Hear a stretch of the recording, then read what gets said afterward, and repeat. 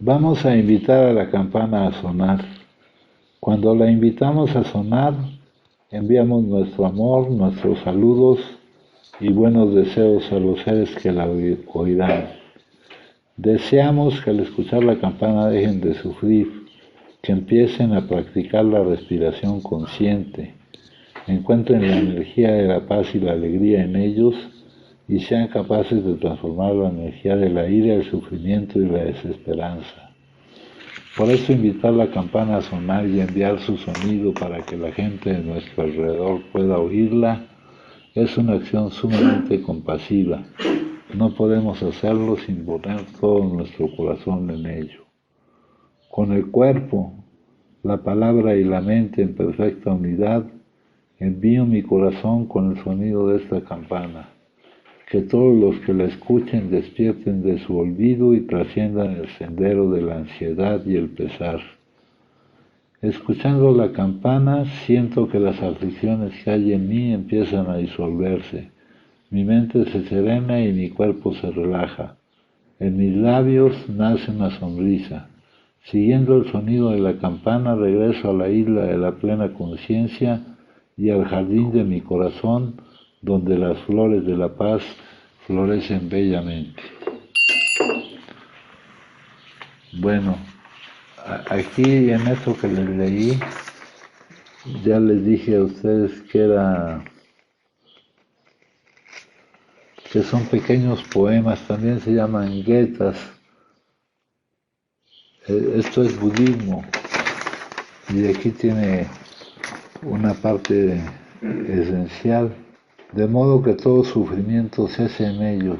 Siento que las aflicciones que hay en mí comienzan a disolverse, mi mente calmada, mi cuerpo relajado. Una sonrisa nace en mis labios. Siguiendo el sonido de la campana, mi aliento me lleva de vuelta. Son varias versiones de la oración de la campana. También sirven para traer nuestra presencia aquí. Acuérdense que el don de la escucha es un don escaso. A ver, Christopher dijo, en esta fila de libros que está aquí junto a ti, busca uno que se llama El poder del silencio. El silencio habla, es. Dice, la verdadera escucha es otro modo de llevar quietud a la relación.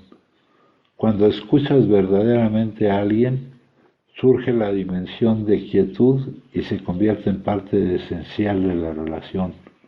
Pero la verdadera escucha es un don escaso. Generalmente la mayor parte de la atención de la persona está consumida por su pensamiento. En el mejor de los casos puede estar evaluando tus palabras o preparando la siguiente frase que va a decir, o puede que no te esté escuchando en absoluto, perdida en sus propios pensamientos. Y esto es completamente cierto. La solución al problema de salud que tenemos, a nuestra enfermedad espiritual, a nuestra enfermedad cerebral crónica, es un cambio grande en cómo percibimos la vida. Ahorita vamos a ver para qué.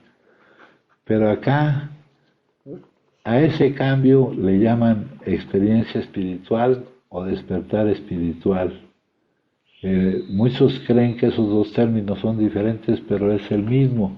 Es el cambio necesario para dar lugar al control de la adicción. Y aquí nos hablan introducen la palabra espiritual. Aquí dice, encontramos que nadie tiene por qué tener dificultades con la espiritualidad del programa. Buena voluntad, sinceridad y una mente vacía son los elementos para la recuperación, pero estos son indispensables. Hay una película que se llama El Guerrero Pacífico, ¿no, hijo? Sí. Esa película, a ver si la ven un día de esos, que les toque cine debate. Pero si la mente está llena, ahí me acuerdo que el maestro espiritual vertía té en una taza llena, pues el té no entraba. Entre más crean ustedes que saben, menos oportunidad tienen de aprender, ¿verdad? A eso se refiere con una mente abierta, una mente vacía, y eso tiene mucha relación con la verdadera escucha, con que estén escuchando sin meter nada de lo que ustedes ya traen dentro de la taza servido, ¿verdad? A eso se refiere. Bueno, luego aquí utilizamos mucho un libro que se llama Alcohólicos Anónimos. Tú ya tienes una copia, no sé si ya la empezaste a leer. Vamos a ver algunos aspectos. Aquí en el prólogo, este libro se terminó de escribir en 1937 y se publicó en 1939.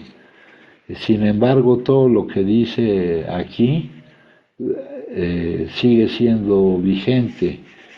Todo esto nos sigue siendo de utilidad. En el prólogo, lo primero que nos encontramos dice, nosotros y los alcohólicos anónimos, después de este programa, después de este procedimiento para lograr la sobriedad o la solución de un problema, surgieron muchos grupos más de autoayuda o ayuda mutua.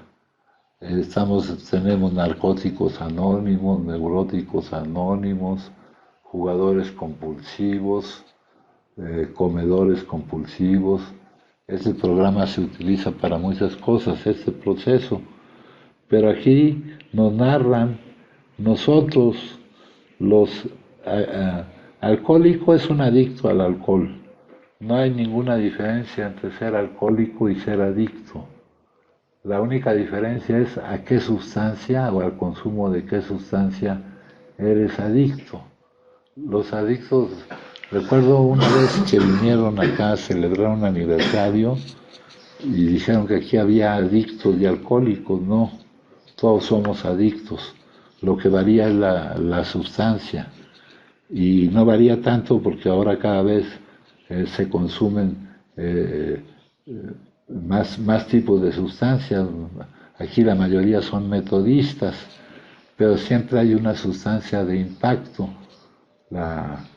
Cuando llenemos una guía del sistema de vigilancia epidemiológica, porque esto es una epidemia, veremos que te preguntan sobre la droga de impacto, sobre qué drogas has consumido y cuál es la que ha sido de impacto, la que más daño te ha causado, la que te ha llevado a buscar la solución de tu problema.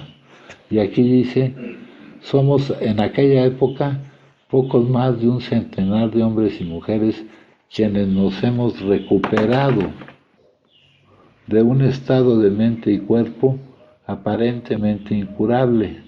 Aquí la palabra recuperación se usa por analogía con otras enfermedades, pero aquí la palabra recuperación no significa lo mismo que significa para otras enfermedades. La palabra recuperación no significa curación de la enfermedad, porque esta enfermedad es incurable, progresiva y mortal. La Organización Mundial de la Salud así nos lo estableció en los años 50, posteriormente a lo que... Pero sin embargo aquí ya nos dice que es una enfermedad. Afirma que la adicción es una enfermedad progresiva, incurable y mortal. Entonces, cuando aquí aplican recuperado, es quienes estamos controlando la enfermedad. Entonces, hay que entender lo que es la recuperación teniendo en cuenta que la adicción es una enfermedad incurable. Eso que les leí de la recuperación está en el prólogo. Este libro hay que leerlo. Muchos de ustedes no tienen el hábito de la lectura, pero este libro es necesario leerlo varias veces. Tenemos nuestras lecturas diarias, y hay algunos días donde nos mandan a leer este libro varias veces hasta que podamos vivirlo, hasta que podamos eh, llevarlo a nuestra práctica y que nos sirva a nosotros. Aquí la aclaración de que recuperación no es curación aparece más adelante, aparece aquí en la página 78, cuando dice, no estamos curados de la adicción. Lo que en realidad tenemos es una suspensión diaria de nuestra sentencia. Entonces, la recuperación no significa curación, significa la suspensión de la sentencia o el control de la enfermedad. Esa enfermedad es incurable pero controlable. Hay enfermedades que se pueden controlar, como por ejemplo las enfermedades crónicas como esta, como por ejemplo la diabetes, se puede tener bajo control, y muchos otros tipos de enfermedades crónicas, haciendo lo necesario para tenerla bajo control. Acá, el punto de partida en el que nos encontramos nosotros cuando buscamos la salida de nuestra situación, ya en alguna ocasión les dije que este libro se iba a llamar La Salida. Le pusieron Alcohólicos Anónimos porque el nombre La Salida ya estaba ocupado. Cuando hay nombres ocupados, no puedes tú volverlos a utilizar, entonces tienes que ponerle otro nombre. Y la razón por la que le pusieron Alcohólicos Anónimos aquí no es más que un pretexto, fue porque estaba ocupado el nombre, pero es la salida de nuestra situación. ¿Y cuál es nuestra situación? Nuestra situación está planteada en la primera sugerencia que dan para controlar la enfermedad. Es el punto en el que se encuentra uno cuando reconoce la necesidad de salir de la situación. Ese punto está aquí, dice aquí, nuestras historias. Este es un libro que es básicamente el funcionamiento de la comunidad, de una comunidad de ayuda mutua, el compartimiento de experiencia, fortaleza y esperanza. El compartimiento no es estar hablando. Muchas veces con ver cada uno de nuestros casos ya estamos compartiendo nuestra experiencia, la experiencia tanto que la que hayamos vivido en la actividad adictiva, como la experiencia que estemos viviendo cuando estamos controlando la enfermedad, ¿verdad? Aquí dice, nuestras historias se expresan de un modo general cómo éramos, lo que nos aconteció y cómo somos ahora. Esto implícitamente nos dice que hay un cambio. Si tú has decidido que quieres lo que nosotros tenemos, la posibilidad de no consumir, y estás dispuesto a hacer lo necesario, estás en condición de dar ciertos pasos. Entonces, el método que ellos utilizan aquí para lograr el cambio le llaman pasos, y los dividieron en 12 pasos. En el primer paso, que es la situación en que nos encontramos cuando empezamos a buscar la salida de nuestra situación, dice, admitimos que éramos impotentes ante el consumo, que nuestras vidas se habían vuelto ingobernables. Aquí dice, recuerda que tratamos con el consumo astuto, desconcertante y poderoso. Sin ayuda resulta demasiado, pero hay un poder que es mayor que el poder destructivo de la adicción.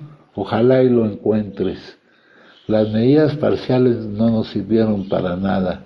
Estábamos en el punto de cambio Entregándonos le pedimos a Dios, le pedimos a ese poder, al ser.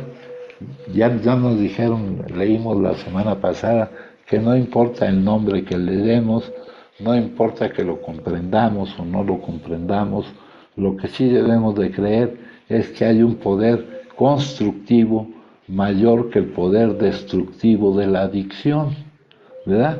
Y aquí dice nuestro punto de partida en donde nos encontramos ahorita, admitimos que éramos impotentes ante el consumo, que nuestras vidas se habían vuelto ingobernables. Aquí realmente dice, admitimos que éramos impotentes, que nuestras vidas se habían vuelto inmanejables. Acuérdense que la mayor parte de esto está traducido del inglés. No, en inglés dice inmanejables, no ingobernables. No que no hagamos caso a ningún gobierno, sino que no podemos hacernos responsables de las distintas áreas de nuestra vida. Tenemos una guía que nos sirve para desglosar un poquito este primer paso, esta plataforma de salida al empezar a buscar la solución. Es la guía del primer paso. Ahora hay que darle una guía al compañero Sebastián para que al tiempo que lee el libro también vea la guía. Bueno, acá vamos a leer ahora un poco de esto de la impotencia ante el alcohol.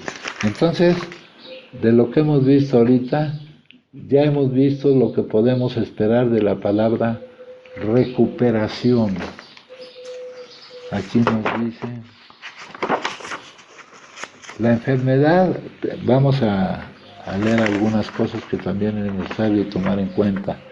La adicción es una enfermedad cerebral crónica, no es un problema de comportamiento. Todo el mundo sabe que es una enfermedad, la mayor parte de la gente lo sabe, pero no reaccionan ante ella como si fuera una enfermedad.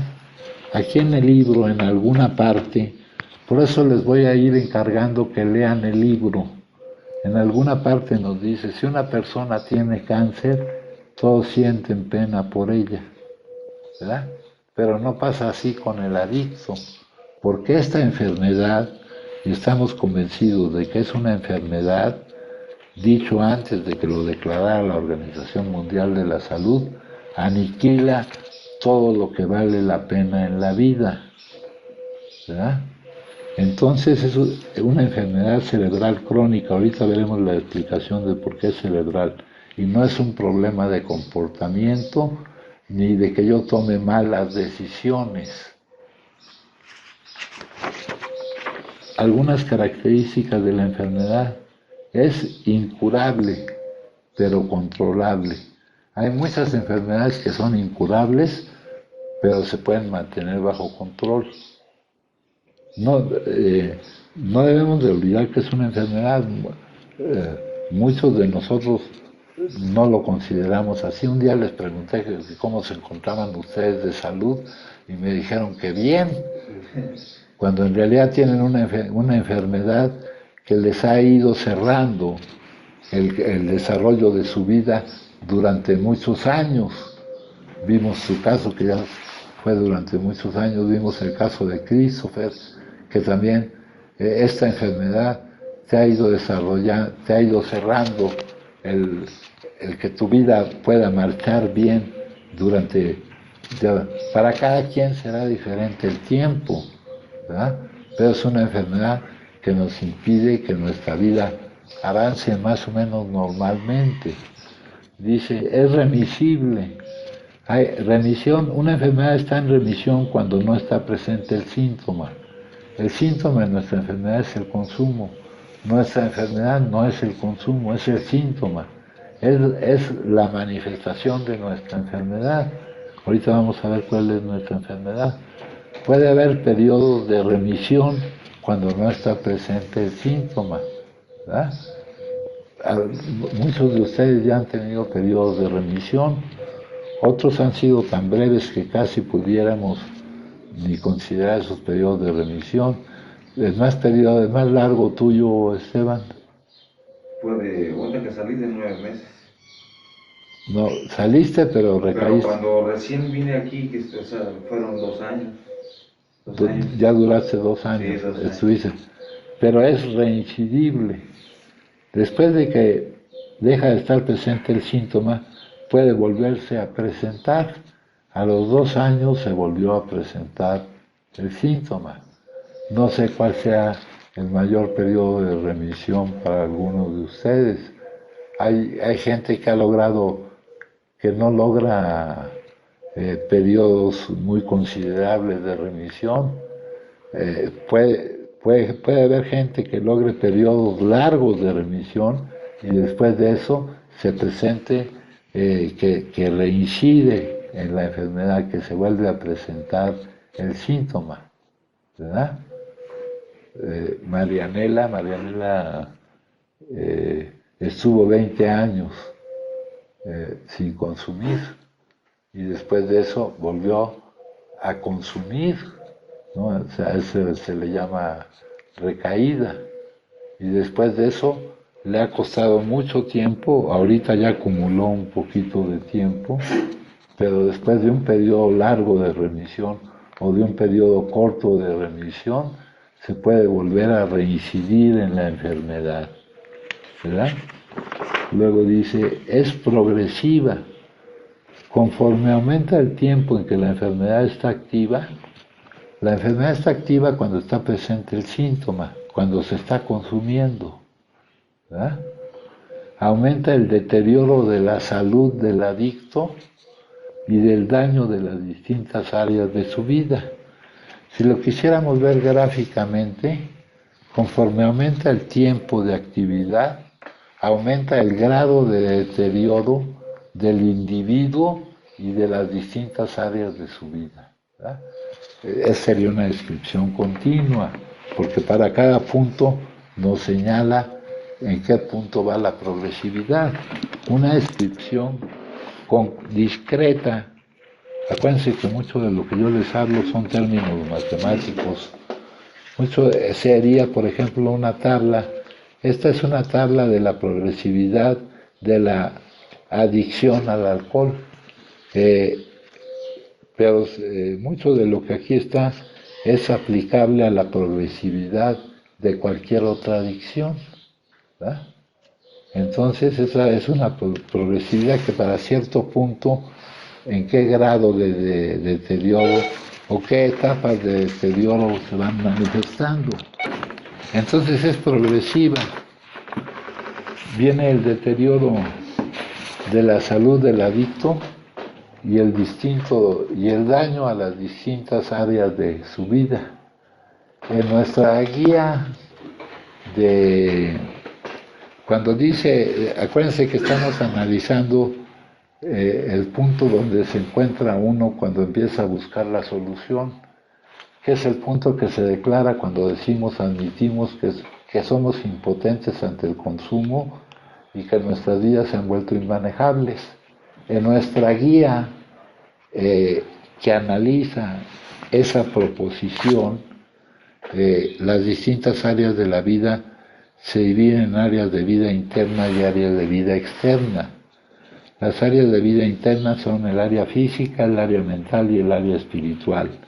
Las áreas de vida externa son el área familiar, el área social, el área laboral o escolar, el área legal, el área económica, el área sexual. No podemos hacernos responsables de esas distintas áreas. En la guía dice, nos indica cómo se cuidan esas áreas de la vida y cómo se dañan las dos cosas. Si tú haces esto, no la cuidas de esta manera, y tenemos que decir que sí, no la cuidas de esta manera, la dañas de esta manera, y vamos revisando y podemos nosotros mismos autodiagnosticarnos. Es una guía autodiagnóstico. Esa guía no solamente se usa aquí, se usa en muchísimos centros de recuperación, ¿verdad? Entonces una enfermedad progresiva, por ejemplo, deteriora las áreas de la vida, pero también deteriora nuestro físico, ¿no? Por ejemplo, aquí, cómo va algunas cosas que se presentan, por ejemplo,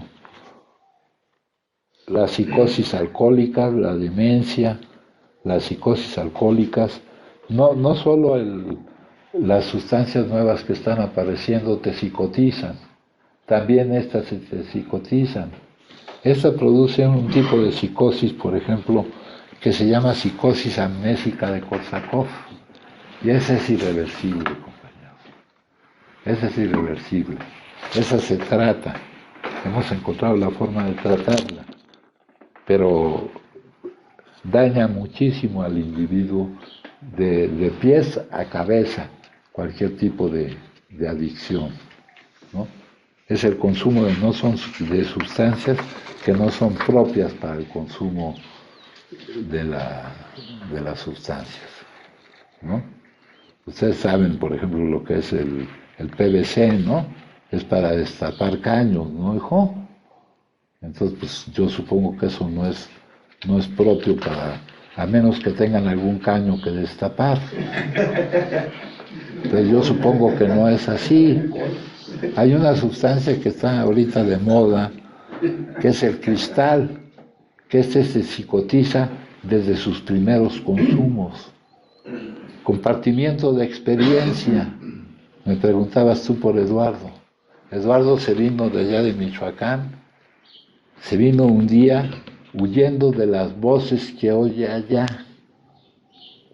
y se regresó al día siguiente huyendo de las voces que oía aquí, ¿verdad? Y las voces no están en determinado lugar, las voces están en su cabeza, está psicotizado, ¿verdad? Otro compañero que recientemente se psicotizó, también creo que a ti no te ha tocado conocerlo, y es raro porque han estado un montón de veces aquí. Aquí tenemos puros compañeros frecuentes, ¿verdad? A excepción de Víctor y a excepción de Christopher, ¿no? Y de los dos compañeros, pero la regla aquí es que sean compañeros que están una y otra vez. Si tienen, les serviría pasar antes por otro tipo de lugares, ¿verdad? Por esos lugares que llaman anexos, para que completaran su educación y para que comprendieran lo que es la disciplina. En esos lugares no es necesario que te levante nada. Aquí tenemos un reglamento que cumplir, compañeros. Aquí, y el ejemplo de los que no cumplen el reglamento, aquí tenemos un compañero que es nuevo y tenemos que darle el ejemplo de cumplir el reglamento, ¿no? En este caso no me estoy refiriendo al caso específico, pero en el reglamento dice que es necesario estar presente en las horas de los alimentos, aunque sea para la oración, ¿verdad? En el reglamento dice que hay que levantarse a la hora indicada. En el reglamento dice que ciertas actividades son obligatorias. También tenemos muchas funciones que cumplir. Vamos a ver cómo las repartimos mejor para que haya algún encargado de que esas funciones se lleven a cabo. Bueno, es terminal. Si no se ingresa y permanece en remisión, es previsible el final como un internamiento permanente o la muerte, ¿no? Bueno, el tratamiento consiste en lograr el cambio necesario para permanecer en remisión. Vamos a ver aquí. Entonces, ya vimos en qué sentido emplean la palabra recuperación y que no significa curación, que es una enfermedad incurable. Ya vimos también, vamos a ver lo de la impotencia. Dice, impotencia, pérdida de las facultades de la voluntad.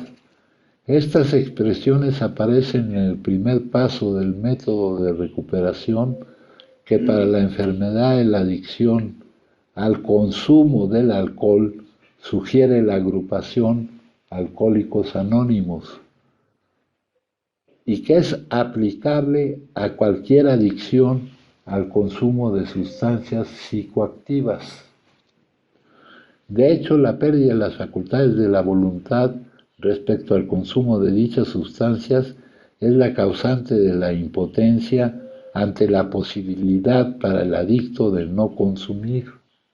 Impotencia ante la posibilidad para el adicto de no consumir quiere decir que no puede no consumir. Cuando decimos que somos impotentes ante el consumo, estamos diciendo que no podemos no consumir. Dice en el capítulo 2, para que vayan conociendo el libro y lo manejen, ¿verdad?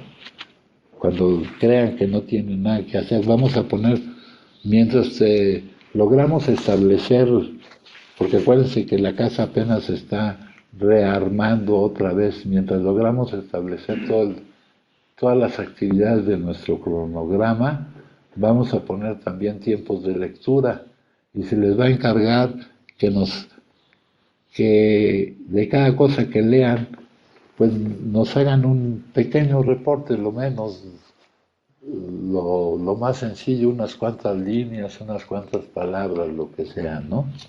Aquí dice en el capítulo 2, que se llama Hay una solución, de este libro, entre algunas de las observaciones que producto de la ignorancia respecto de la enfermedad de la adicción hacen personas que no la padecen, acerca de las personas adictas, se puede leer lo siguiente: yo puedo consumir o no consumir, ¿por qué no puede él? Aquí tenemos que repetir de nuevo que no todo el que consume es un adicto. Tenemos diferentes tipos de consumidores. Este libro me habla del consumidor moderado y del consumidor excesivo. Para el consumidor moderado no hay ninguna dificultad en interrumpir el consumo, en consumir otras cosas, en dedicarse a lo que tiene que hacer, etc. Para el consumidor excesivo puede consumir fuertemente, pero todavía puede acudir a su voluntad para dejar de hacerlo.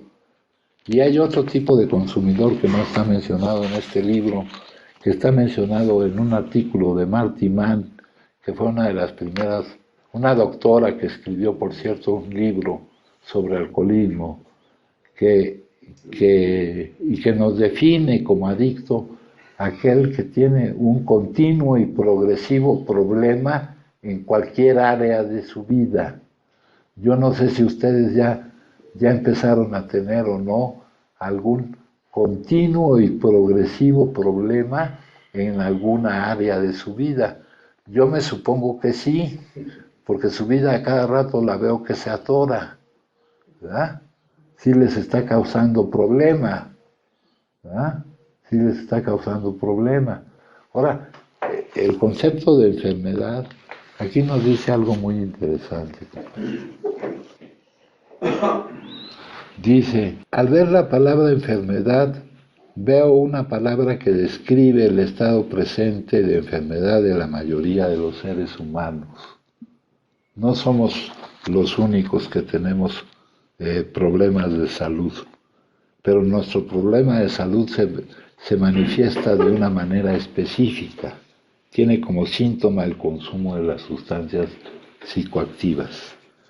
Dice, en este libro sugiero que la raíz de esta enfermedad es la causa de la enfermedad, ya vamos a ver cuál es.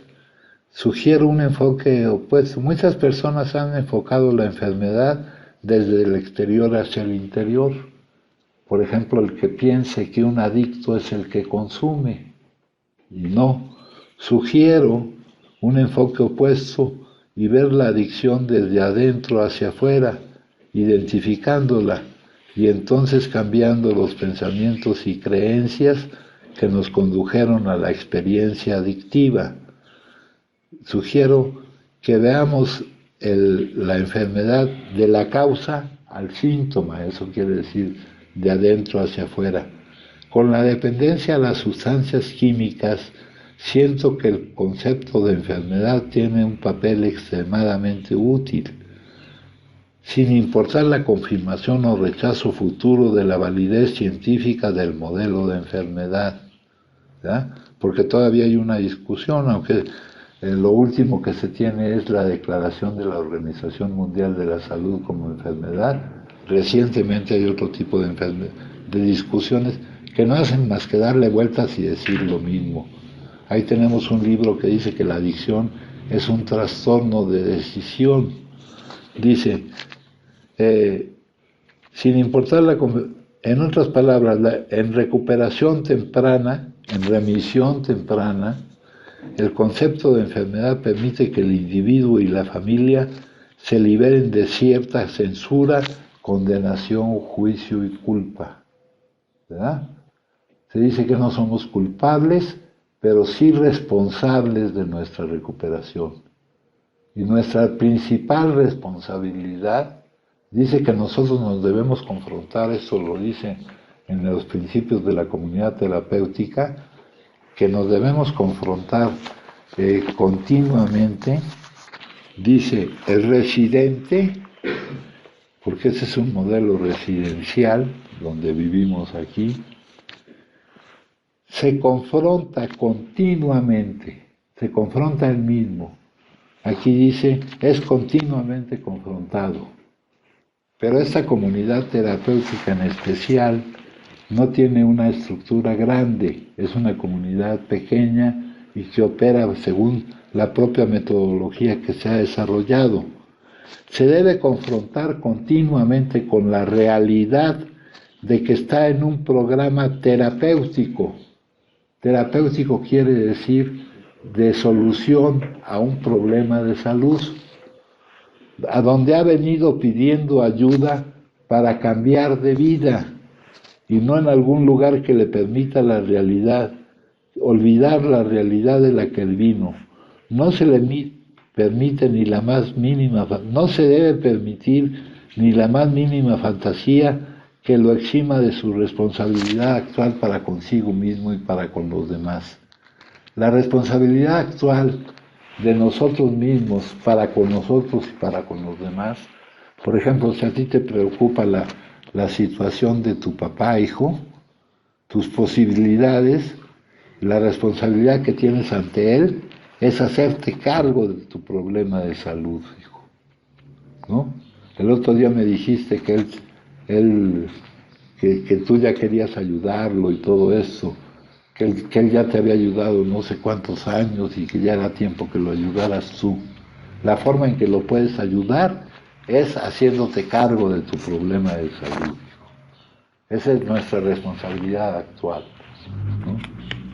Acá después dice, si el decir que una persona padece una enfermedad permite que esa persona mire en su interior en el momento presente y diga, ahora, y tengo una opción acerca de cómo vivir mi vida con todo y la enfermedad, dándole control y mantenimiento a esa enfermedad, tengo una opción de cómo vivir mi vida.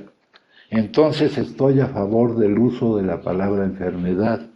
Por el contrario, si el decir que una persona padece una enfermedad significa que una persona no se responsabiliza por su vida, entonces estoy en contra. Por ejemplo, una manifestación de la enfermedad es que somos intolerantes a la frustración, que no toleramos que las cosas no sean como nosotros queremos que sean y que reaccionamos a ello consumiendo. Pues no nos vamos a quedar en ese estado de intolerancia a la frustración, sino que lo vamos a superar. Eso es lo que dice aquí. Dice, padezco una enfermedad, dice, significa que dicha persona no se responsabiliza, está en contra de la palabra enfermedad. Padezco, dice en pocas palabras, Si una persona dice, padezco una enfermedad, la frase siguiente ideal sería, y tengo la opción de cómo vivir mi vida. Y esa opción empieza por hacer lo necesario para salir de mi situación de impotencia ante el consumo, de intolerancia a la frustración, de hacerlo, eso ya me corresponde a mí, ya es la responsabilidad que tengo que tomar yo. Aquí las cosas que les estoy diciendo van dirigidas para alguien, ahí ustedes buscarán para quién. Bueno, dice, en el capítulo 2, entre algunas de las observaciones que producto de la ignorancia respecto a la enfermedad de la adicción hacen personas que no la padecen acerca de personas adictas, se puede leer la siguiente. Bueno, también, porque ya vimos personas que no padecen la enfermedad, pero que consumen, no todo el que consume es un adicto. Entonces hay diferentes tipos de consumidores. Ya les mencioné yo los moderados, los obsesivos y los consumidores de situación, que son de los que nos habla Marty Mann en el capítulo 3 de su libro, ¿verdad? Acá nos dice, los que no saben que es una enfermedad y consume pero sin ser adicto, dicen, yo puedo consumir o no consumir, un consumidor moderado, ¿no? Ustedes conocen mucha, y vamos a referirnos en primer lugar al alcohol porque es lo más frecuente, ¿no? Tal vez muchos de la gente que están preocupados, y tampoco tenemos la seguridad de que por estar aquí ustedes sean adictos, o de que por consumir sean adictos. Para eso nos va a servir la guía autodiagnóstico, la guía del primer paso. Y esta guía es autodiagnóstico. Nosotros somos los que debemos darnos cuenta si tenemos el problema o no lo tenemos. Bueno, entonces aquí dice, yo puedo consumir o no consumir. ¿Por qué no puede él? ¿Ya? ¿Qué es lo que no puede? No consumir. Entonces el adicto no puede no consumir. Esa es la impotencia de la que se habla. Y no se entiende así en muchos lugares. En muchos lugares la impotencia dice, el adicto no puede consumir. Pero yo todos los adictos que conozco, de lo que me he dado cuenta es que no les cuesta mucho trabajo consumir. Que al contrario, lo que no pueden es no consumir, compañeros. Entonces dice, la respuesta a esta observación es que el adicto no puede no consumir porque es la manifestación de la enfermedad, el no poder no consumir.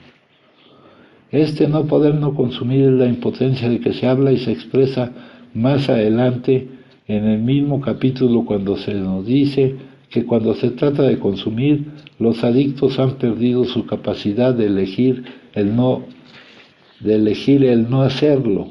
Es decir, que para los adictos el consumo no es una elección.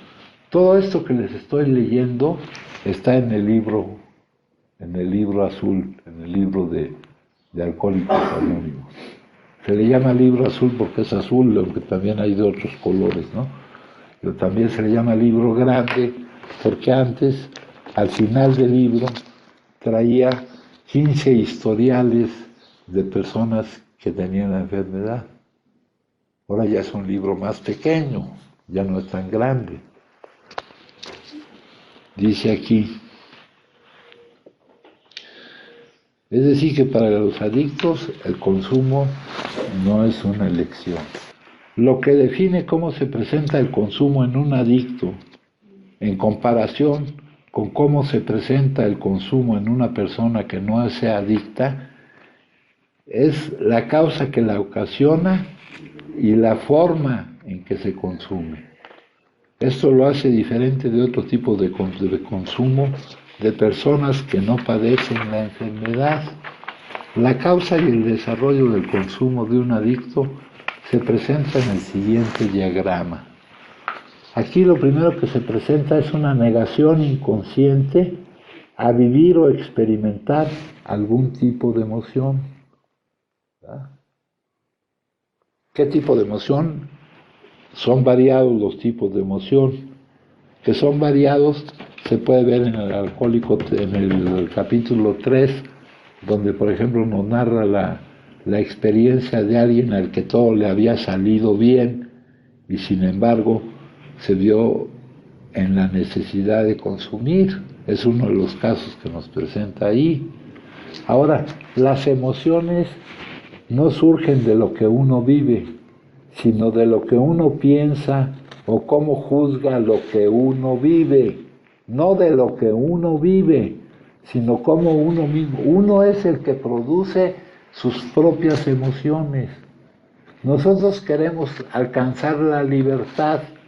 Para alcanzar el cambio que debemos alcanzar, para mantener la enfermedad bajo control, tenemos que alcanzar la libertad, ¿verdad? Que nuestro estado emocional no dependa de las circunstancias que vivimos o que hemos vivido, ¿verdad? Ni dependa de las actitudes de los demás. La última de las libertades humanas, la que nadie te puede quitar, es tu actitud frente a las circunstancias, cualesquiera que sean las circunstancias. Dirán, no, pues si las circunstancias están muy canijas, pues mi actitud no puede ser muy buena. Pero hay gente que con su ejemplo nos ha mostrado que esto es cierto. Esta frase de la última de las libertades humanas, la que nadie te puede quitar, es de Viktor Frankl, un psicólogo, psiquiatra también, que estuvo en los campos de concentración y que estaba viviendo unas circunstancias muy difíciles, ¿no? Yo cuando me anexaron lo comparé con estar en un anexo, pero no tiene nada de comparación estar en un campo de concentración que estar en un anexo, ¿verdad? Otro compañero cuando me lo trajeron de acá, donde lo llevaron, me dijo que era como la cárcel, ¿verdad? Pero no, alguna diferencia de haber. Entonces, la emoción no depende de lo que vives, sino de cómo lo juzgas o qué piensas acerca de lo que vives. Tú eres el que produce tus propias emociones. Ahora, si a esto le añadimos la mentira de que consumiendo algo no vamos a vivir esa emoción, se va construyendo la forma en que se desarrolla el consumo en un adicto. Por ejemplo, hay una emoción difícil de vivir, que es la timidez, y que para muchos es la puerta de entrada, antes al consumo del alcohol. Era la puerta de entrada al consumo del alcohol.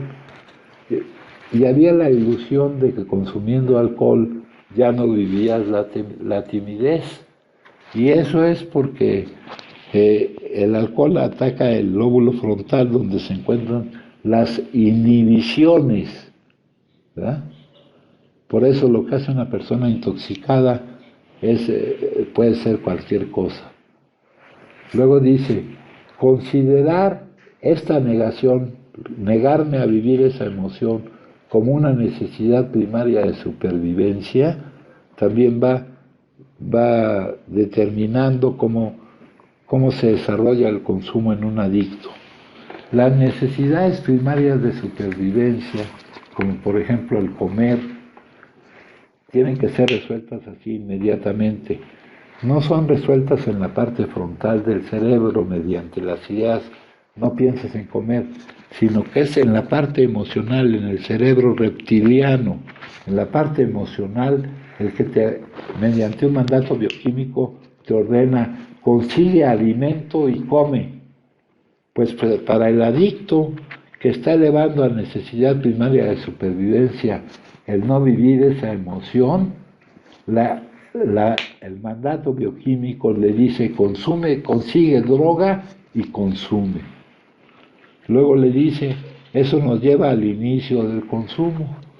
Ahora, haber caído en la trampa de creer que este tipo de anestesia nos anestesia o nos hace fácil soportar la vida, que sin consumo es insoportable, ¿verdad? Es insoportable la vida, consumir la vida presente, vivir la vida sin consumir está cabrón, nos cuesta mucho trabajo, porque no tenemos resiliencia. Resiliencia es la capacidad que tienen los seres humanos de enfrentar situaciones adversas. Y son cosas que nosotros no tenemos bien desarrolladas. Nuestra personalidad no está bien desarrollada. No tenemos una cierta madurez, ¿verdad? Madurez que debemos de alcanzar, ¿verdad? Independientemente de nuestra edad. Ya debemos hacernos responsables de nosotros mismos. Dice, entonces, esto que les dije, la negación, la mentira de que consumiendo no vas a vivir la emoción y considerar esa negación como una necesidad de supervivencia, nos lleva a una urgencia inaplazable por consumir, que en inglés se llama craving brain, y eso nos lleva al inicio del consumo. Haber caído en esta trampa y en que esto era cierto, nos hace haber creído encontrar una forma de soportar la vida, y nos hace hacer esto continuamente. Va cambiando nuestro metabolismo y nuestra bioquímica cerebral. Y entonces lo que nos lleva al inicio del consumo es una dependencia psicológica. Lo que nos lleva a la pérdida de control de la cantidad que se consume es una dependencia física. Se le llama compulsión, pérdida de control de la cantidad que se consume, no pérdida del control de las cosas que hace uno cuando está intoxicado, porque lo que hace una persona intoxicada no es muy diferente siendo adicto o no adicto.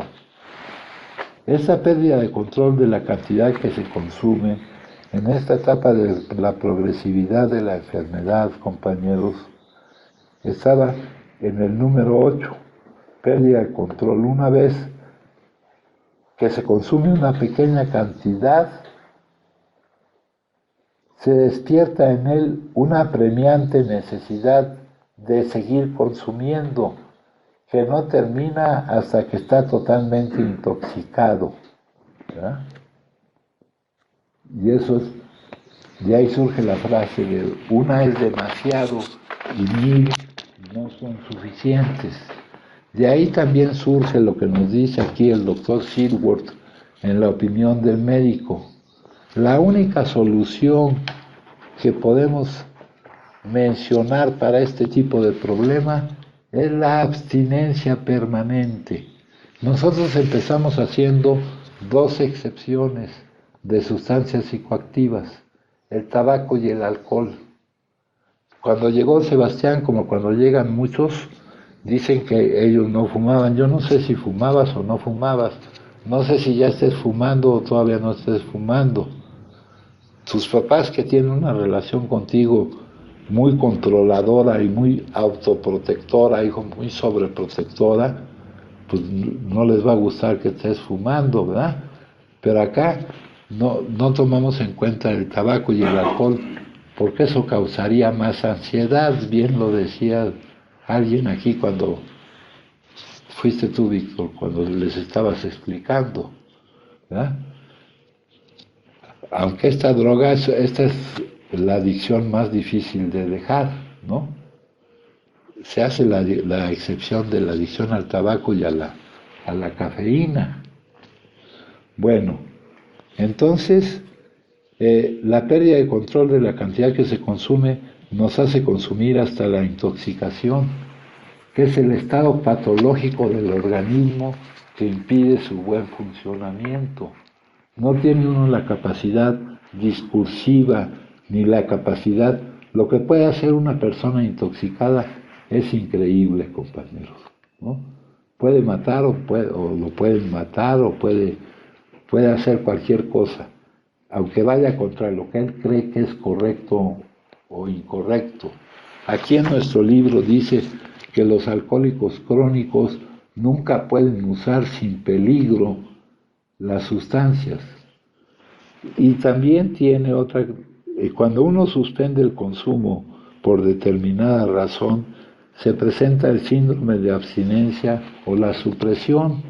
De estos hay dos tipos: el que se experimenta inmediatamente que se deja de consumir, la severidad de cuyos síntomas dependen de la sustancia que se consume, ¿verdad? Por ejemplo, un síntoma una sustancia que presenta síntomas de alta severidad cuando se suspende el consumo es el alcohol, ¿verdad? Cuando se suspende el alcohol se pueden presentar los delirium tremens, se puede presentar hasta la muerte, compañeros, ¿no? Hay otros que presentan síntomas de severidad moderada y otros que no presentan síntomas de supresión cuando se deja el consumo. Eso es con respecto a la supresión inmediata cuando se deja el consumo, la supresión temprana o aguda. Viene luego la supresión postaguda, cuyos síntomas no dependen de la sustancia consumida, sino el daño que se le ha hecho a todo nuestro organismo, muy en especial al sistema nervioso central, ¿verdad? Y cuyos síntomas son dificultades para manejar las situaciones estresantes, problemas de memoria, problemas con el sueño. Necesariamente termina uno dañado, ¿no? Termina uno dañado. Yo ejercito frecuentemente mi cerebro, pero las capacidades que pueda yo tener ahorita ya no son las capacidades que pudiera yo tener si no los hubiera sometido a tantos años de golpes. La derrota completa debe ser una convicción plena de que el consumo nos ha derrotado, que estamos caídos, que no podemos levantarnos como el boxeador. Dice la literatura que ha caído para no levantarse en la cuenta final: 1, 2, 3, 4, 5, 6, 7, 8, 9, fuera. El boxeador es arrastrado a una orilla del ring. El vencedor es felicitado, perseguido, vitoreado. Sin embargo, el caído no se da cuenta de nada. En su esquina solo hay tristeza y desaliento. Pasa un largo tiempo y al fin empieza a despertar en su esquina con sus malhumorados managers. La pelea ya terminó, le informan. Aunque para muchos de nosotros ya sea evidente que la pelea ya terminó, es difícil que tomemos conciencia de eso. Le informan. Y el perdedor fue brutalmente noqueado. De milagro está vivo. Tienen que sacarlo casi arrastrando del ring. Jugó, peleó y perdió. Nada se puede hacer al respecto. Al despertar en la derrota, le informan que no solo perdió la pelea, sino que el médico oficial le ha dicho que no puede volver a pelear, a riesgo de perder la vida, que está acabado, ultimado, que es el fin. Sus managers se despiden rápidamente de él y queda solo en la calle. Hace un somero balance de su situación económica. Está quebrado, lleno de deudas. Su esposa está a punto de desesperarse de él. Sus hijos lo ven con miedo y su cabeza, no, señor. Su cabeza es una olla de grillos. Sus pensamientos desquiciados por los golpes recibidos durante años y años que indudablemente le han ablandado el cerebro, ¿no? Acá, en la tabla de la progresividad de la enfermedad, en alguna de las etapas, nos dice que hay una deformación en el cerebro entre la sustancia gris y la sustancia blanca, dice aquí. Le han ablandado el cerebro y han hecho mella, casi lo enloquecen, se sabe perdido, casi loco, abandonado casi por todos. Ahora que vino Sebastián, pues venía toda su familia y hasta la que no era su familia con él. Venía todo un ejército a dejarlo, ¿verdad? Y ahorita hay un montón de gente que está pensando en él, preocupados por él. A Víctor lo trajo un compañero que nomás lo trajo y ya no lo hemos, ya no hemos más que oído decir que de repente anda por ahí, ¿verdad? A Esteban todavía lo viene a ver su papá y su mamá, pero ya no faltará mucho cuando no venga a verlo nadie. A Christopher, ¿se ha visitado alguna vez a alguien, hermano? ¿No? No, padre. ¿Ya les avisaste que estás aquí? Abandonado por todos, se para solo ya vestido a la orilla de la calle, desorientado, sin rumbo, sin esperanza, solo. Precioso ejemplo del boxeador que, aunque diferente, tiene una gran similitud con el adicto. Es por ello que pobreza es la derrota moral, la cruda, o sea, la supresión, las noches sin fin, las promesas de no volver a consumir, los bolsillos vacíos, los despidos del trabajo, las vergüenzas por haber fallado, la tristeza en los ojitos de los niños, o si no son los niños, si no se tienen niños, la tristeza en los ojitos de la familia cercana,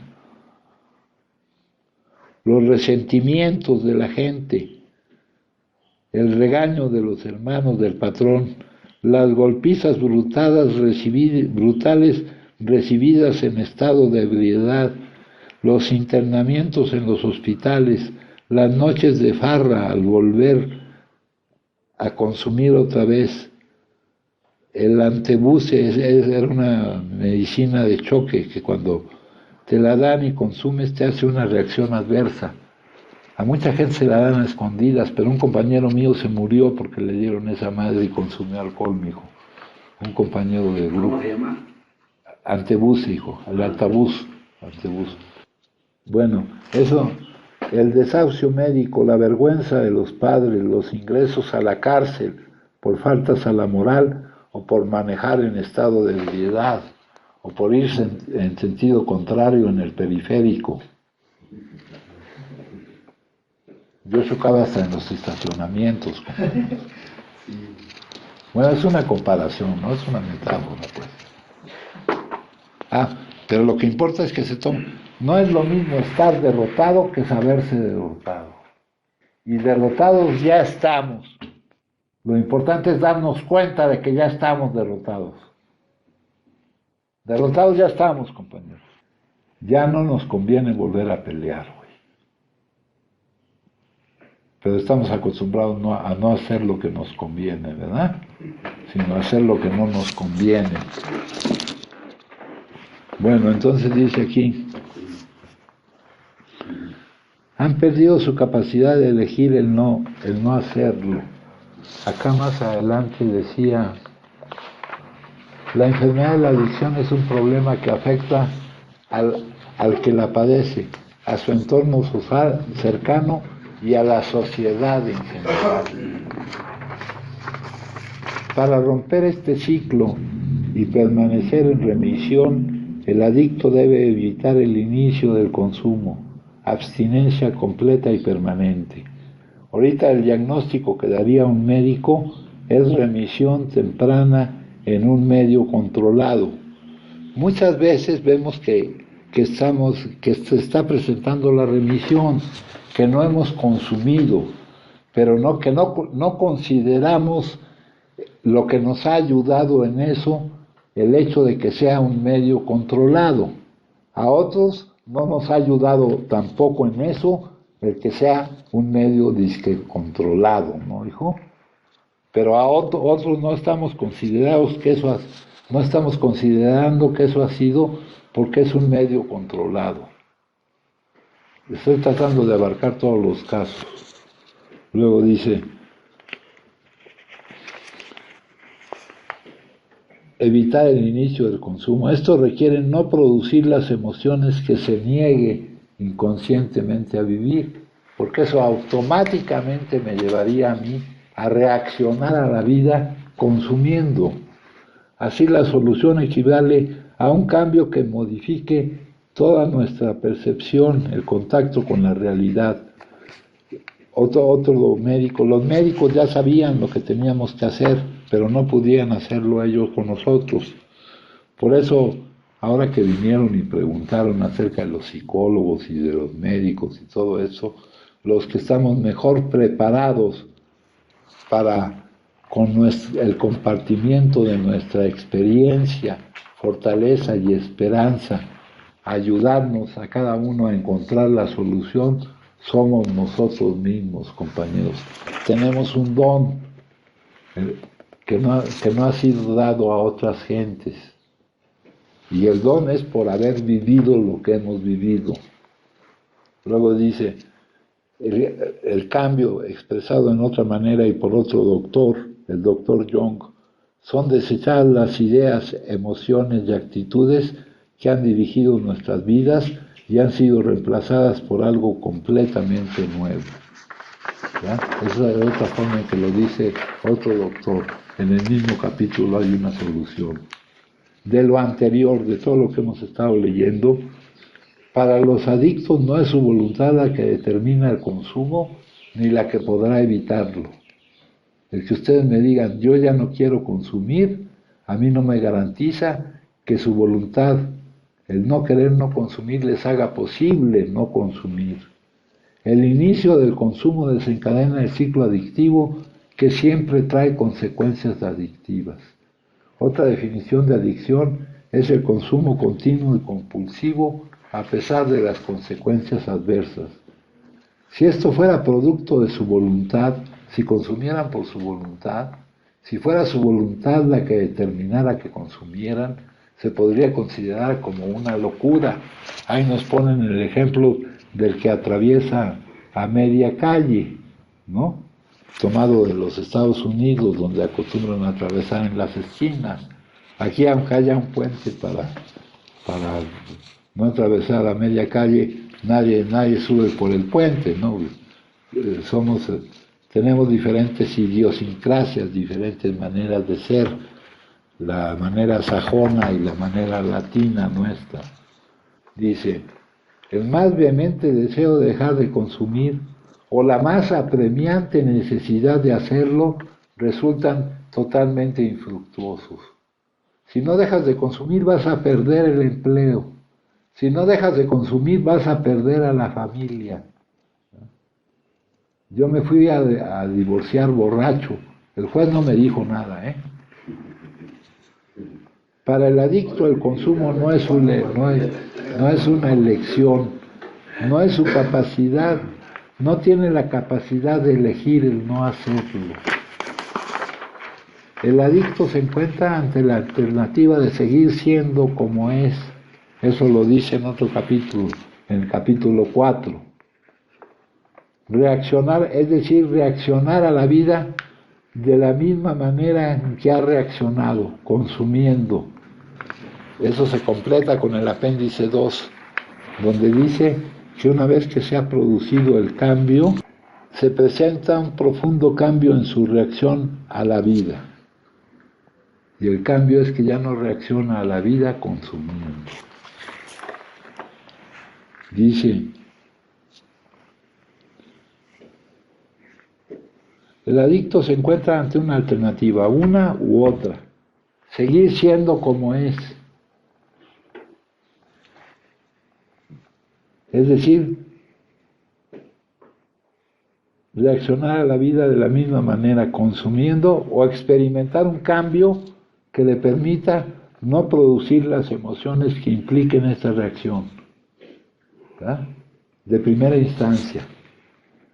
Luego, en segunda instancia, porque es algo que me dices muy seguido tú, que sí se presentan esas emociones, pero se va desarrollando la resiliencia, hijo, la capacidad de enfrentar situaciones adversas o difíciles de vivir, ¿no?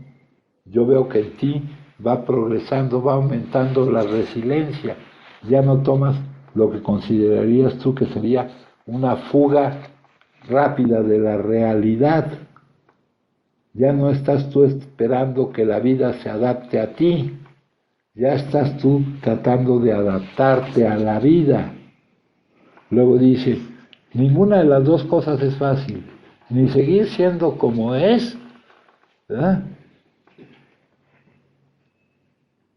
Ni experimentar ese gran cambio. El ser humano tiene una resistencia al cambio. Ninguna de las dos es más fácil, pero tomando en cuenta las consecuencias, es más fácil la segunda. ¿Verdad? Es más fácil cambiar que seguir siendo como somos.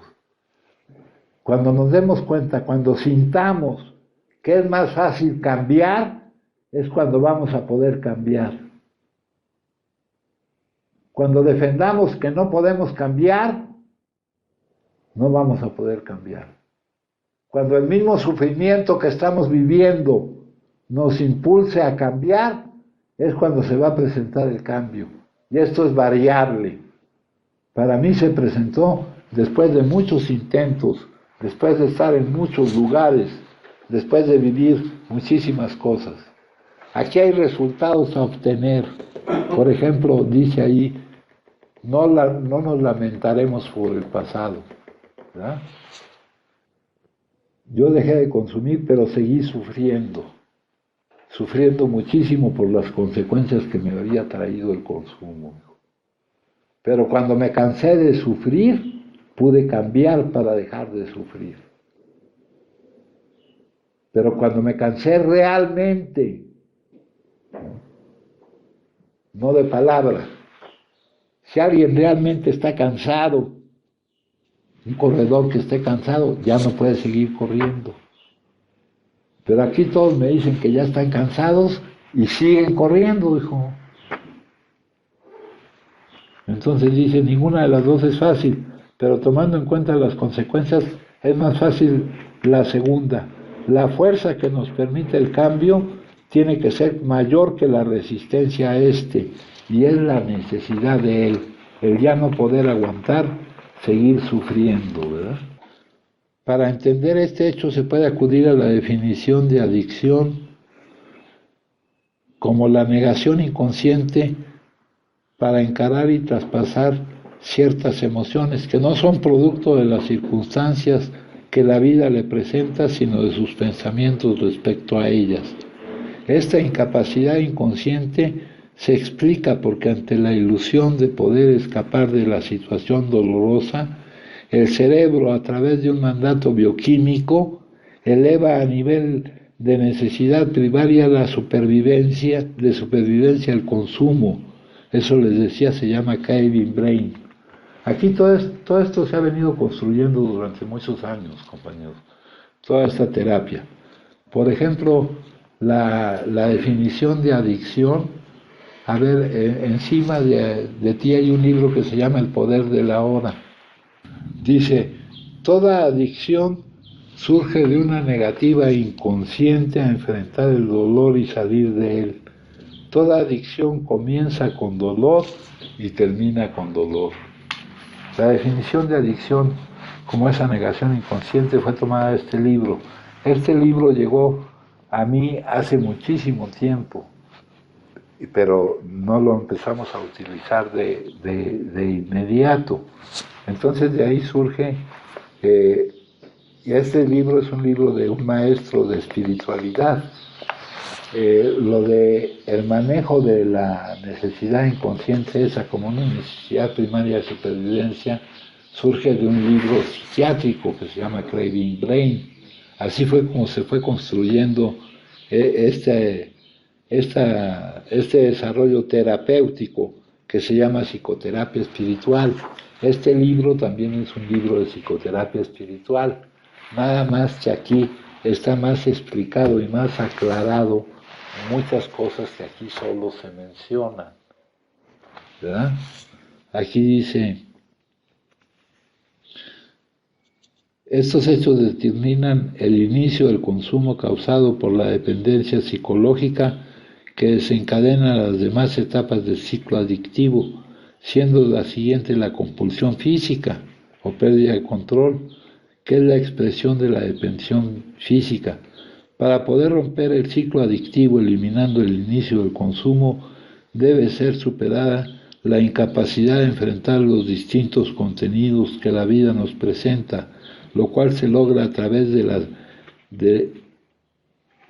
a través de la sabiduría que elimina nuestra percepción de sufrimiento y que se llama espiritual. Por esto es una psicoterapia espiritual. ¿Alguien gusta compartir algo, compañeros? De los que todavía quedan.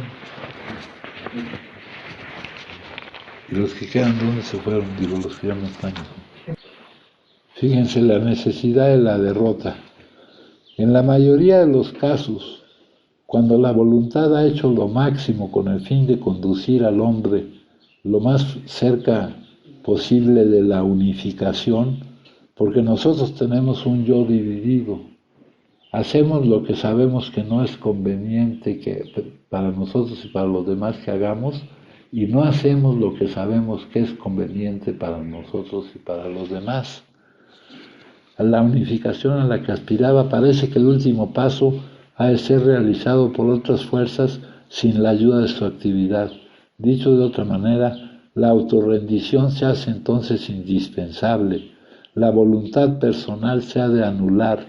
En muchos casos el alejamiento de la voluntad personal no llega hasta que la persona deja de resistir o de hacer esfuerzos en la dirección que pretende seguir. Tu predisposición a liberarte de tu deseo de controlar tu vida requiere una cierta confianza. Cuanto más renuncies a tu obstinada necesidad de conservar el poder de controlar tu vida, más te contactarás con el poder que te puede sanar y guiar. Cuanto más te contactes con ese poder, más fácil será confesarte a ti mismo y a los demás tu impotencia fundamental, tu predisposición a liberarte a tu deseo de controlar tu vida. Tu vida no la controla, la vida no es una cuestión de control, es una cuestión de equilibrio. La vida es la que nos vive a nosotros, ¿no? Ustedes han vivido lo que hubieran trazado como camino de su vida. Ustedes han tenido el control de su vida. La vida es la que nos vive a nosotros, compañeros. Entonces, aquí hay muchísimas consideraciones que hacer, ¿no? Por ejemplo, aquí nos habla mucho del ego y del egocentrismo, que son términos mucho más amplios de los que se utilizan frecuentemente. Ego no es creerte mucho ni nada, eso es un falso yo. Aquí ya estamos entrando en aspectos de la espiritualidad. ¿Acaso es necesario decir algo más? Los pueriles, en cuanto a grado de desarrollo, porque los pueriles son los infantiles, aquí no en cuanto a grado de edad, sino de desarrollo, trabajan en beneficio propio. Los que ya se dieron cuenta cómo funciona esto, trabajan en beneficio de los demás, porque el beneficio de los demás es mi propio beneficio. Si no cambio mi felicidad por el sufrimiento de los demás, no alcanzaré la condición de darme cuenta y no tendré verdadera alegría. La fuente de todas las miserias del mundo consiste en pensar en uno mismo. La fuente de toda la felicidad consiste en pensar en los demás. ¿Cuánta parte del tiempo piensan en ustedes mismos y cuánta parte del tiempo piensan en los demás? Aquí hay un ejemplo Antes, cuando había visitas en la casa, cuando venían a visitarlos, ¿verdad? Los residentes pensaban en ellos mismos y no pensaban en que los demás se fueran bien y tranquilos. Ahora de nuevo ya va a haber visitas en la casa, vamos a ver qué pasa. Va a haber visita, nomás una, no y otra de vez en cuando por allá. Que todo lo dicho permanezca a salvo de las tachas de las 8 preocupaciones mundanas y que al reconocer que todo es ilusorio y carece de asidero, se vea libre de la esclavitud. Las 8 preocupaciones mundanas, que es otra forma de decir que no somos libres. Alegrarte cuando te alaban, ¿no? que necesitas que te alaben para alegrarte. Deprimirte cuando te insultan o te desprecian. Sentirte feliz cuando tienes éxito. Sentirte deprimido cuando fracasas. Entusiasmarte cuando adquieres riquezas. Desalentarte si eres pobre. Estar satisfecho cuando tienes fama. Sentirte deprimido cuando careces de reconocimiento. Aquí no eres libre porque estás dependiendo de las circunstancias y de las actitudes de los demás. Y nosotros lo que buscamos es la libertad, compañeros. Aquí dice, fue en el consultorio del médico psiquiatra Carl Gustav Jung donde nació Alcohólicos Anónimos, porque fue el que sugirió que el alcoholismo y la drogadicción podrían controlarse si se pudiera lograr un despertar o crecimiento espiritual, una genuina y auténtica conversión. Para no llamarle de toda esa manera, nosotros le llamamos un cambio revolucionario, un desechar las ideas, acciones y emociones que han guiado nuestra vida y que un conjunto completamente nuevo empiece a dominarlo. ¿Qué habrá vislumbrado Jung? Que si se tiene un verdadero despertar, un cambio, o como quieramos verlo, el contacto sentimental apasionado profundo me daría fuerza, me daría una energía superior a la necesidad de la droga o de cualquier otra cosa. Me daría cierta paz, cierta plenitud dentro de mí, que no digamos que me conformo, sino que me siento pleno, relativamente pleno, como para no necesitar depender, ¿verdad? Dependencia de las sustancias bioquímicas o huir o pretender la fuga de la realidad. Imagínate a alguien que encuentra sus raíces pasionales profundas y reales para las cuales nació, que esas raíces como un árbol verdaderamente grave en la superficie de la tierra grande, un árbol que resiste los vientos de la moda. La moda es lo que cambia, un árbol que resiste las presiones del qué dirán. Ya no te importa la imagen que tengan los demás de ti, las presiones del qué dirán. Un árbol que no tiene miedo de estar solo en la noche estrellada y que no requiere de ninguna dosis. Quizás estamos idealizando, pero creo que la visión de Carl Gustav Jung fue darnos esa fuerza pasional íntima, intensa, no solo veleidosa y pasajera, como una enamoración cualquiera, como un enamoramiento cualquiera, sino como algo radical, como una auténtica iluminación religiosa o como una trascendencia mística. Sigue entonces aquella enseñanza de Carl Gustav Jung de que necesitamos cambiar de esta manera, no solo para luchar contra las drogas, sino para todos los males de la mente. Aquí nos dice, el estado mental normal de la mayoría de los seres humanos contiene un elemento fuerte de disfunción o locura. El hinduismo esta disfunción la llama, ahorita ya hablamos hace un rato de la enfermedad, estamos hablando ahora de la espiritualidad. El hinduismo llama esta disfunción como una forma de enfermedad mental colectiva. Maya, el velo de la ilusión. Lo que vemos no es real. Buda, la mente humana en su estado normal genera dukkha, sufrimiento, descontento o simple desdicha. Las enseñanzas cristianas nos dicen, el estado colectivo de la humanidad es el del pecado original. Pecar, en su traducción original, significa errar en el blanco, no dar en el blanco de la existencia humana, vivir torpemente, sufriendo y causando sufrimiento. Esa es una de las cosas que nos dice. Y la otra cosa que nos dice, es posible una transformación radical de la conciencia humana. El hinduismo y el budismo le llaman iluminación, que significa final del sufrimiento. También le llama moksha, que significa liberación. Jesús le llama salvación, liberación y despertar. El logro más grande de la humanidad es reconocer su propia disfunción, su locura. Reconocer la locura es el comienzo de la sanación y la trascendencia. Aquí tenemos la matrika Shakti. Dice, La base de todos los mundos que la conciencia crea dentro de nosotros son las letras del alfabeto. Las letras y las palabras originan nuestros pensamientos y los pensamientos originan nuestros sentimientos. Lo que les decía yo de las emociones, no son producto de lo que vivimos, sino de lo que pensamos acerca de lo que vivimos. Felicidad o infelicidad, depresión o júbilo, deseo, amor, orgullo, expectativas y celos. Puedes experimentar el poder de las letras por ti mismo. Si te sientas muy tranquilo, notarás cuántas letras y palabras surgen sin cesar de tu interior. Es como si tuviéramos un mono salvaje saltando aquí, hijo, que aparte tiene mal de San Vito y lo picó una abeja aparte, ¿no, hijo? Supón que piensas de repente, soy tonto.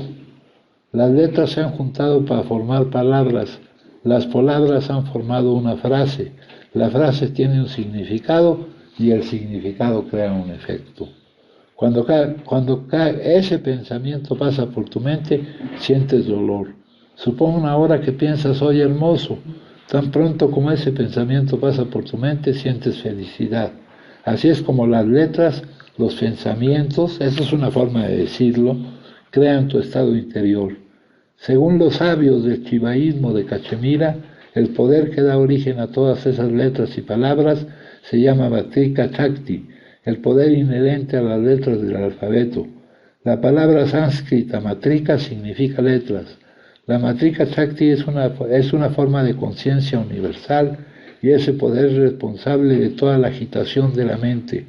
Funciona dentro de nosotros día y noche, creando innumerables mundos de sentimientos y pensamientos. Día y noche la conciencia individual se mueve por esos mundos interiores sintiendo dolor y placer. La Matrika Shakti es el origen de nuestro sentido de individualidad y separación. Uno de los aforismos de la Matrika, de los Shiva Sutras, lo explica así.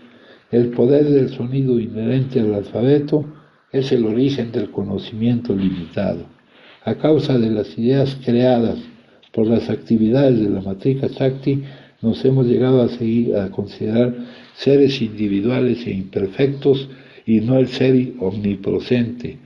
Hemos llegado a ver dualidad en el universo en vez de darnos cuenta de nuestra unidad. Nos hemos convertido en autores de acciones limitadas en vez de experimentar nuestra omnipotencia. Así la Matrika Shakti es la responsable última de nuestra condición de esclavos. Pero cuando eso se entiende, la misma Matrika Shakti que limita nuestra conciencia, puede también ayudar a expandirla. Así como nuestros pensamientos pueden debilitarnos y humillarnos, también pueden fortalecernos y acercarnos al ser. Si nos seguimos considerando miserables, insignificantes y débiles, permaneceremos atados. Pero si nos consideramos a nosotros mismos y al universo entero como la conciencia pura, si continuamente nos concebimos como el ser y repetimos el mantra del ser, entonces estamos usando la Matrika Shakti para que nos ayude a experimentar nuestra verdadera naturaleza. Si entendemos cómo funciona la Matrika Shakti, podemos librarnos de ella con mucha facilidad. Muchas personas confunden los cambios que suceden en la mente con el ser, y por eso la mente las lleva de acá para allá. Pero aquel que entiende el juego de la Matrika Shakti sabe que cuando su mente está agitada, no es él quien está agitado. Se da cuenta de que la turbulencia de la mente es solo el juego de la matrika. Se identifica con el observador interior, el testigo de la agitación, y simplemente observa desde lejos las incesantes actividades de la matrika. Estabiliza su mente y convierte sus malos pensamientos en buenos. Con ayuda de la kundalina despierta, su mente se vuelve hacia adentro y se aquieta, y entonces el ser se revela por sí mismo. Esto se los he dicho de muchas maneras, según diferentes autores y diferentes tipos de sabiduría perenne. Dice aquí, un curso de milagros, que postula, nada real puede ser amenazado, nada irreal exista, en eso radica la paz de Dios. ¿sí? Esto ya es espiritual. Estoy aquí únicamente para ser útil, estoy aquí en representación de aquel que me mintió, que me envió. Tú estás aquí para que el divino propósito del universo se despliegue y no es al revés. No tengo que preocuparme por lo que debo decir ni por lo que debo hacer, pues aquel que me envió me guiará. Me siento satisfecho de estar donde quiera que Él desee, porque sé que Él estará ahí conmigo.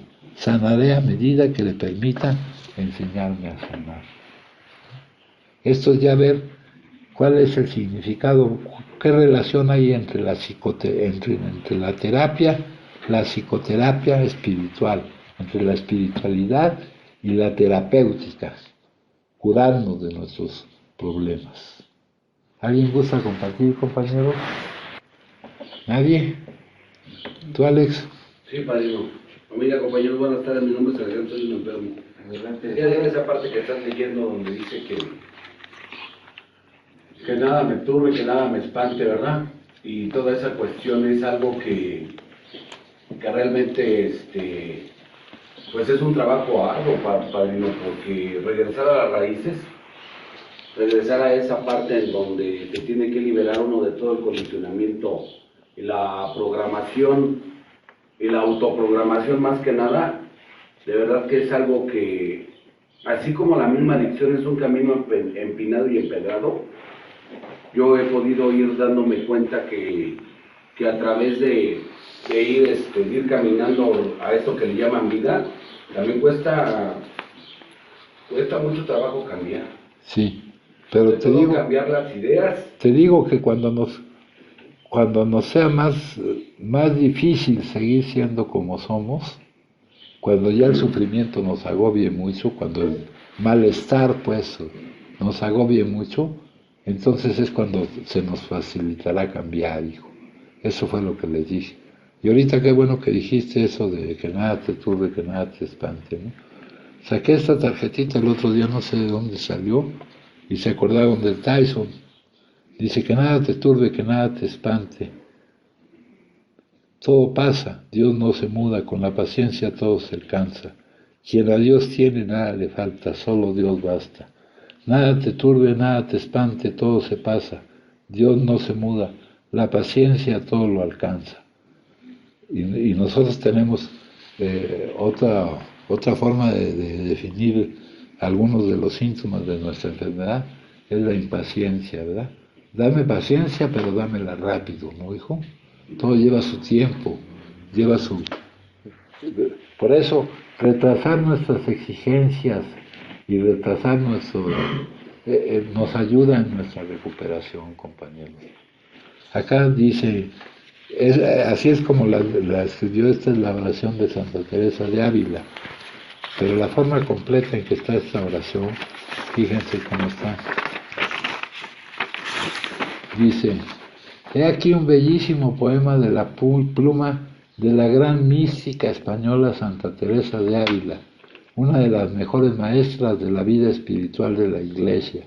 Es considerada la primera gran escritora en lengua castellana y sus escritos son un modelo seguro en los caminos de la plegaria y de la perfección. Nada te turbe, nada te espante, todo se pasa, todo se pasa. Y es el problema con las emociones, que nuestro problema es emocional. Las emociones se pueden vivir y pasan, no te pasa nada. No es una necesidad primaria de supervivencia no vivirlas, amigo. Todo se pasa. Si tú te das cuenta, todas las cosas van pasando, hijo. La paciencia todo lo alcanza. Quien a Dios tiene, nada le falta. Aquí está. Me encontraba lamentando el pasado y con temor al futuro. De pronto mi Señor habló. Mi nombre es Yo Soy. Hizo una pausa, aguardé. Él continuó. Es difícil vivir en el pasado con sus errores y lamentaciones. Yo no estoy allí. Mi nombre no es Yo Era. Es difícil vivir en el futuro con sus problemas y temores. Yo no estoy ahí, mi nombre no es Yo Seré. Vive cada momento y verás que no es difícil. Yo estoy ahí, mi nombre es Yo Soy. Esto es el poder de la hora, ¿no? El único presente. es que nos está diciendo que vivir sin Dios es difícil. Vivir sin ese poder, sin el ser, no es necesario que utilicen la palabra Dios.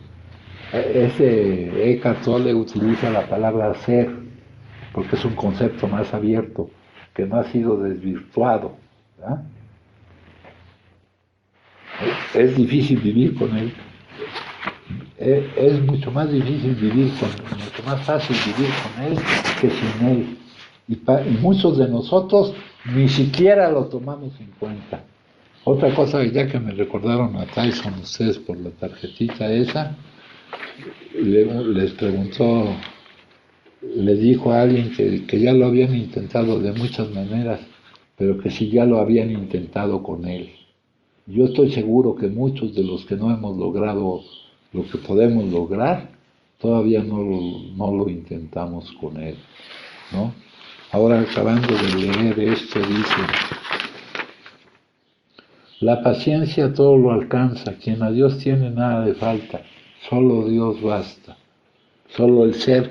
Si la palabra Dios les molesta o los desvía o los lleva a pensar en una imagen por allí, quítenla, elimínenla, no es cuestión de palabras. Eleva el pensamiento, al cielo sube, por nada te acongojes, nada te turbe. A Jesucristo sigue con pecho grande y venga lo que venga, nada te espante. Ver la gloria del mundo es gloria vana, nada tiene de estable, todo se pasa. Aspira a lo celeste que siempre dura, fiel y rico en promesas, Dios no se muda. Ámala cual merece, bondad inmensa, pero no hay amor fino sin paciencia. Confianza y fe viva mantenga el alma, que quien cree y espera todo lo alcanza. Del infierno acosado aunque se viere, burlará sus furores quien a Dios tiene. Vénganles desamparos, cruces, desgracias, siendo Dios su tesoro, nada le falta. Id pues bienes del mundo, id dichas vanas, aunque todo lo pierda, solo Dios basta, ¿no? Y aquí nos dice construir, el cambio nos lo menciona de otra manera, construir una base espiritual para la vida, que lo básico sea lo espiritual. Y tener la paciencia. Nosotros no nos podemos identificar con lo que cambia, ¿verdad? Tú no te puedes cambiar, sino con lo que no cambia. Si tú te identificas con tu cuerpo, ¿con cuál cuerpo te identificas? ¿Con el que cabía en una caja de zapatos o con el que va a caber en un cajón? Si es que todavía se usan los cajones porque ya están muy caros, hijo. ¿Verdad? ¿Con qué pensamientos te identificas? ¿Con los que tenías antes o con los que tienes ahora? Fíjate, padre, entonces la verdadera base solamente está en el puro hecho en el puro y tan complicado hecho para una persona egótica que se siente Dios sin darse cuenta, porque eso es una constante en mi caminar. Ahorita le decías algo importante, ¿no? Muchas de las veces no se le toma en cuenta a él, ¿verdad? Muchas de las veces esa parte de la raíz de donde provengo, inevitablemente, porque de ahí provengo, y ahorita tú no se toma en cuenta. Y es lo que eres, el ser, la vida una, eterna, siempre presente, hijo. Es lo que eres. A lo que voy ahorita. Pero de la tú, raíz de todo el problema, ante las perturbaciones que tienes por lo exterior, hijo, sí, no lo estás tomando en cuenta. exactamente. Y ahí dice el doctor, ¿no? Dice, nuestros poderes sintéticos no encajaban en lo que ellos, en los poderes del bien, Sí. que ellos necesitaban, nuestros conocimientos. Sus conocimientos sintéticos. En su programa de estudios, hijo, no hay nada de esto. En sus programas de estudio. Pero sí lo sabían. Y eso fue escrito desde hace mucho tiempo. Sí sabían. Algún tipo de psicología moral, dice Silworth, hijo, ¿no?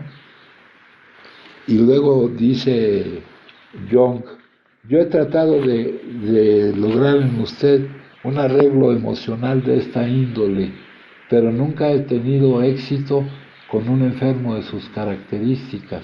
Él trataba enfermos mentales, pero no somos los únicos enfermos mentales, hijo. Pero con el que no tenía éxito era con los adictos, hijo, ¿no? Sabían, pero no podían lograrlo. Y lo que no podían lograr ellos, se ha podido lograr entre nosotros, hijo.